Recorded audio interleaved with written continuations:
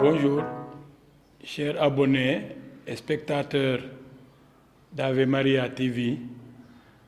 Je suis l'abbé Joseph Dior, administrateur de la quasi-paroisse Bienheureux Édouard Pop de Yeumbeul Malika. Bienvenue à notre premier numéro de l'émission intitulée Sur les pas de Jésus. Je serai avec vous tout le temps de carême pour vous la présenter. Pour ce premier numéro, je vous parlerai du mercredi des cendres et du carême. Aussi, je vous lis un texte du prophète Joël. Parole du Seigneur, revenez à Dieu de tout votre cœur, dans le jeûne, les larmes et le deuil. Déchirez vos cœurs et non pas vos vêtements. Et revenez au Seigneur votre Dieu, car il est tendre et miséricordieux, lent à la colère et plein d'amour, renonçant au châtiment. Qui sait, il pourrait revenir. Il pourrait renoncer au châtiment et vous combler de ses bienfaits. Ainsi, vous pourrez offrir un sacrifice au Seigneur, votre Dieu. Sonnez de la trompette dans Jérusalem. Prescrivez un jeûne sacré. Annoncez une solennité. Réunissez le peuple. Tenez une assemblée sainte. Rassemblez les anciens. Réunissez petits-enfants et nourrissons. Que le jeune époux sorte de sa maison, que la jeune mariée quitte sa chambre. Entre le portail et l'autel, les prêtres, ministres du Seigneur, iront pleurer et diront « Pitié, Seigneur, pour ton peuple, n'expose pas ceux qui t'appartiennent à l'insulte et aux moqueries des païens. » Parole du Seigneur Tout-Puissant. Nous rendons grâce à Dieu. Je voudrais vous parler aujourd'hui du mercredi des cendres. Vous donner sa nature et un peu faire l'historique. D'après les Saintes Écritures, la coutume de se couvrir la tête de cendre est à l'origine de se revêtir aussi d'un sac est une ancienne pratique pénitentielle qui remonte au peuple hébreu. Vous pouvez vous rappeler le texte que nous avons lu précédemment. Les vêtements déchirés sont aussi signes de deuil, comme nous disait tout à l'heure le prophète Joël. Alors si nous faisons un peu l'historique, on peut dire que le mercredi de Cendres marque l'entrée officielle en carême et dans le cycle pascal. Il peut tomber n'importe quel mercredi entre le 4 février et le 10 mars, en fonction de la date de Pâques. Les cendres qui proviennent des rameaux de l'année précédente, brûlés pour l'occasion, sont déposés sur le front des fidèles. Le jour des cendres, les chrétiens entendent résonner à leurs oreilles cet appel. Revenez à moi de tout votre cœur, ou bien encore, convertissez-vous et croyez à la bonne nouvelle. À cet appel de Dieu, chaque chrétien décide de répondre personnellement et communautairement en faisant l'aumône, la prière, le jeûne. À ces trois choses se sont ajoutées aussi d'autres pratiques telles que le partage, toutes choses pour s'approcher de Dieu. Au début du christianisme, ce rite des cendres n'était pas directement associé au début du carême.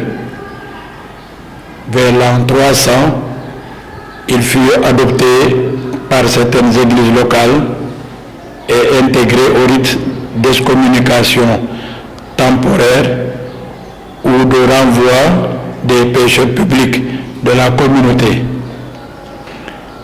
Ces personnes s'étaient rendues coupables de péchés ou de scandales majeurs, tels que par exemple l'apostasie, l'hérésie, le meurtre, l'adultère, considérés comme des péchés capitaux. Qu'on dit aussi péché capital, on veut dire péché grave d'un côté, et qui peut engendrer aussi d'autres péchés. Au 7e siècle environ, cette coutume donna lieu dans certaines églises à un rite public du mercredi des cendres. Les pécheurs confessaient d'abord leurs péchés en privé, puis ils étaient présentés à l'évêque et mis publiquement au rang de pécheurs. Ils devaient se préparer pour recevoir l'absolution donnée seulement le jeudi saint. Après une imposition de mains et de cendres, ils étaient renvoyés de la communauté, comme Adam et Ève furent renvoyés du jardin d'Éden après leur péché. Bien sûr, on leur rappelait que la mort est la conséquence du péché.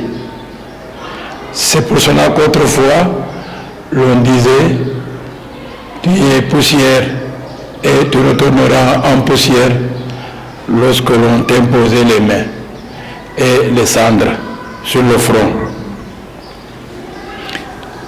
Les pénitents vivaient en marge de leur famille et du reste de la communauté chrétienne pendant les 40 jours de carême, d'où l'expression française la mise en quarantaine. Le sac qu'ils avaient revêtu quelquefois et les cendres dont ils étaient couverts permettaient de les reconnaître lors des grandes assemblées ou le plus souvent lors des bains publics. Il était également interdit de se faire couper les cheveux, de se raser, d'avoir des relations intimes et de gérer leurs affaires. Selon les diocèses, il arrivait que certains pénitents puissent subir leur pénitence durant plusieurs années, voire toute leur vie. Au cours du Moyen Âge, c'est la dimension personnelle du péché plutôt que son caractère public qui fut objet d'insistance. Par conséquent, les traditions associées au mercredi des cendres furent appliquées à tous les adultes de la paroisse, mais sous une forme mitigée. Au XIe siècle, les pratiques en usage étaient fort semblables à celles que nous connaissons aujourd'hui. Le mercredi des cendres, tous les chrétiens et même les bébés reçoivent les cendres. Depuis quelques années, il existe une alternative à la formule traditionnelle pour l'imposition des cendres. Elle met en valeur un aspect beaucoup plus positif du carême. Et c'est comme cela donc que nous sommes invités à pardonner, à partager, à se réconcilier. Globalement, trois traditions ont donné au carême son caractère spécifique. Les traditions qui favorisent un climat d'austérité, d'où les jeûnes, les pratiques pénitentielles telles que les confessions et les chemins de croix, et également les dévotions centrées sur les souffrances du Christ, d'où les méditations qui accompagnent les chemins de croix. Au cours de ces 20 dernières années, ces traditions ont été associées à des pratiques nouvelles, comme nous disions tantôt, mettant l'accent sur une dimension beaucoup plus charitable.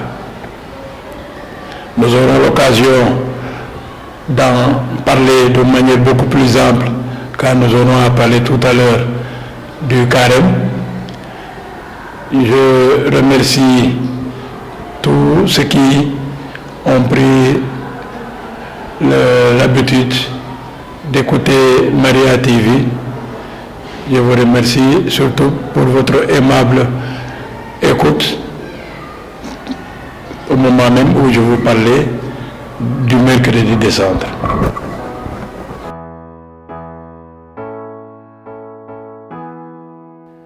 Je voulais maintenant vous entretenir. Je voudrais à présent vous entretenir du carême. Le mot carême vient de quadragésima et veut dire 40. Donc durant 40 jours et 40 nuits, puisque les nuits en font partie, nous allons nous mettre en chemin ensemble vers Pâques. Pourquoi 40 jours? Parce qu'aussi Jésus a jeûné 40 jours et 40 nuits au désert. Ces 40 jours aussi et ces 40 nuits nous renvoient aux 40 ans que le peuple hébreu a fait au désert quand il est sorti d'Égypte en marche vers la terre promise. Alors comment est-ce qu'il faut comprendre l'esprit de ce carême? Alors l'Église s'unit chaque année par les 40 jours et 40 nuits de carême au Christ, donc Jésus. Et c'est comme donc une retraite collective de 40 jours et de 40 nuits pendant lesquelles l'Église propose à ses fidèles l'exemple du Christ qui a vécu 40 jours et 40 nuits au désert.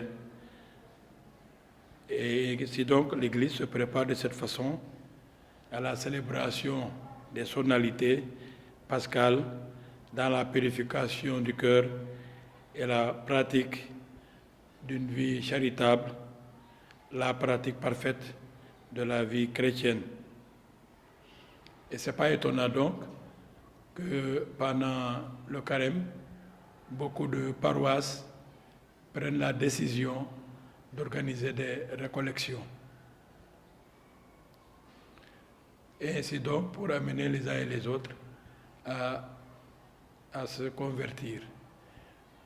Alors que pourrait signifier la conversion, c'est se réconcilier avec Dieu, s'éloigner du mal pour établir une relation d'amitié avec le Créateur. Cela suppose de se laisser aller au repentir et à la confession de ses péchés. Et ce n'est pas pour rien que l'Église aussi organise des cérémonies pénitentielles dans les paroisses.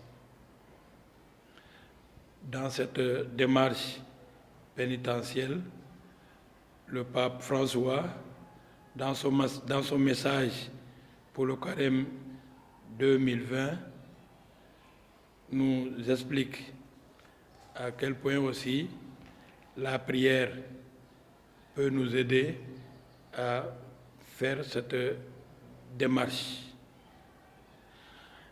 Il dit ceci: l'expérience de la miséricorde, en effet, n'est possible que dans un face-à-face avec le Seigneur crucifié et ressuscité, celui-là même qui nous a aimés jusqu'à se livrer pour nous.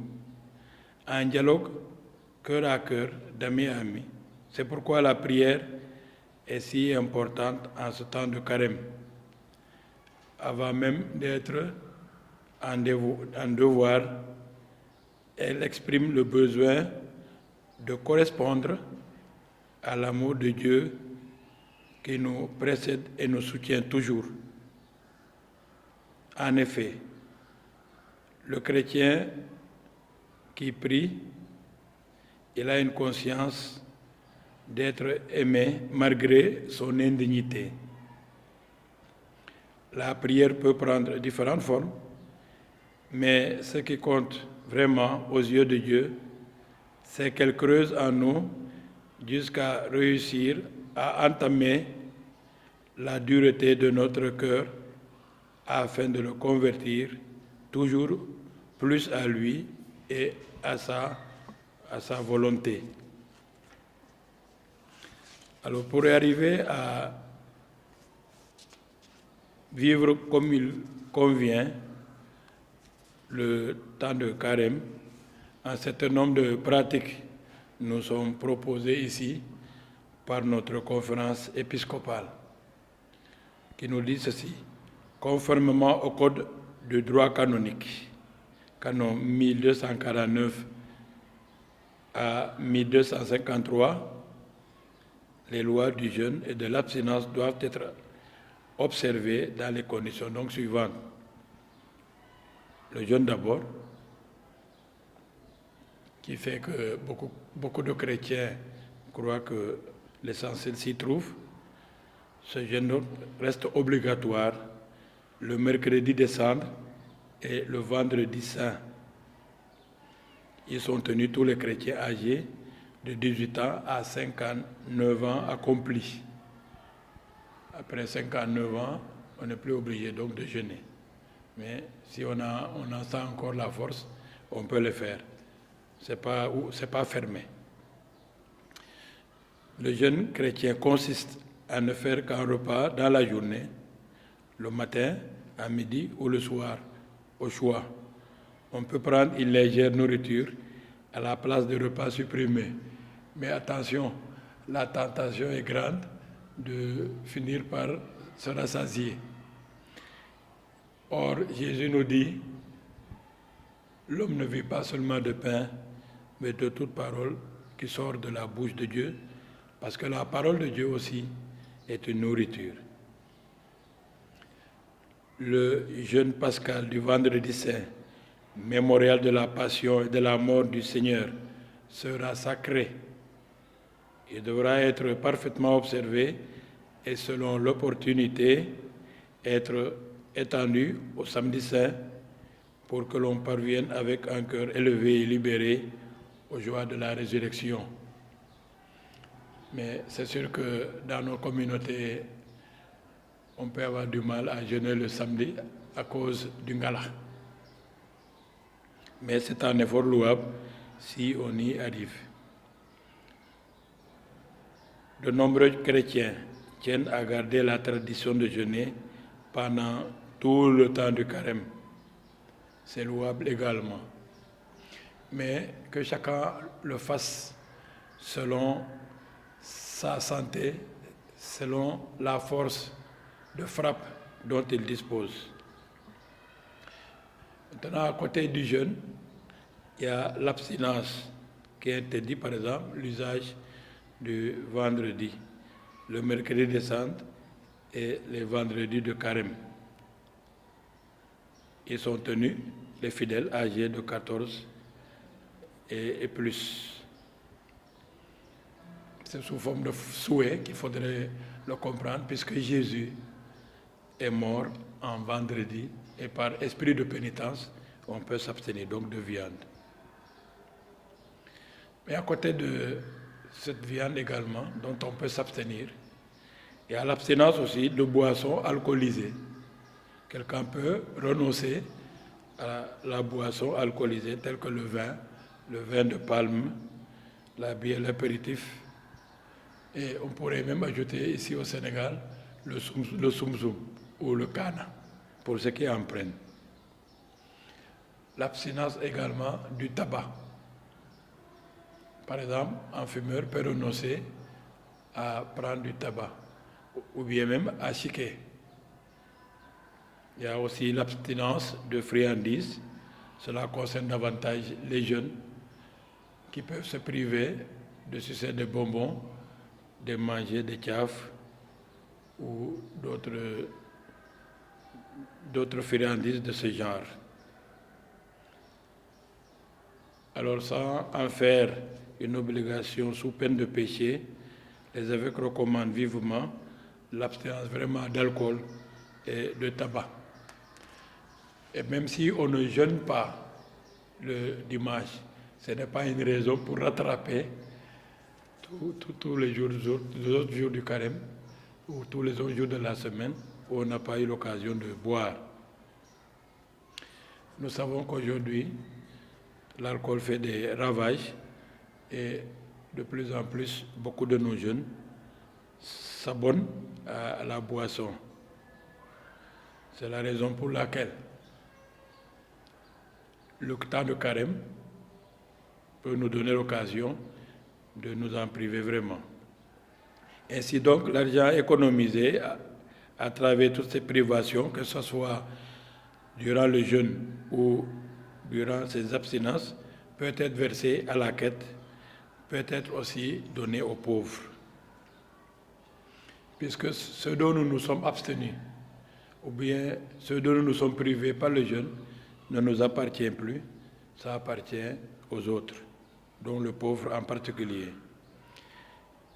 Dans le même esprit de conversion, on verra à s'abstenir par exemple de réjouissances, par exemple si c'est du cinéma ou de la danse, dès lors que ce n'est pas pour un enrichissement culturel ou bien spirituel. Par exemple, durant le carême, on peut aller suivre des films religieux, par exemple. La prière et l'écoute de la parole de Dieu seront renforcés. Ainsi, les prêtres et ceux qui les assistent auront à cœur d'organiser le vendredi des chemins de croix vivants et vivifiants, des messes spéciales et des célébrations pénitentielles au cours desquelles on peut entendre des enseignements, des prédications. Alors les évêques insistent spécialement pour que l'on fasse des prières pour le Saint-Père. Nous savons tous que la charge de notre pape François est très lourde et de plus en plus lourde, puisque lui-même avance en âge également. Qui dit confession, dit conversion. Disons que conversion rime avec confession. Nous nous acquitterons également de notre devoir de denier de culte, puisque on peut le donner en dehors du carême, mais le carême est un temps favorable pour s'acquitter de son devoir de chrétien, entendu que le carême nous prédispose vraiment au partage. Et le denier de culte est un devoir de chaque chrétien, c'est comme l'impôt du chrétien vis-à-vis de l'Église. Alors, les évêques ont donné ce mandement de carême, comme ils disent, pour que toutes les communautés y soient attentifs. Alors, dans le mandement de carême même qu'ils proposent, cette année, ils mettent l'accent sur la pastorale des jeunes, puisque vous n'êtes pas sans savoir qu'il y a un synode sur la jeunesse et les évêques y reviennent, si bien que pendant ce temps de carême, les jeunes auront à cœur de bien suivre le cheminement qui est proposé à chaque chrétien. Nous aurons l'occasion de revenir à nos prochaines émissions. Alors, nous vous remercions de votre aimable écoute et nous vous souhaitons un saint temps de carême.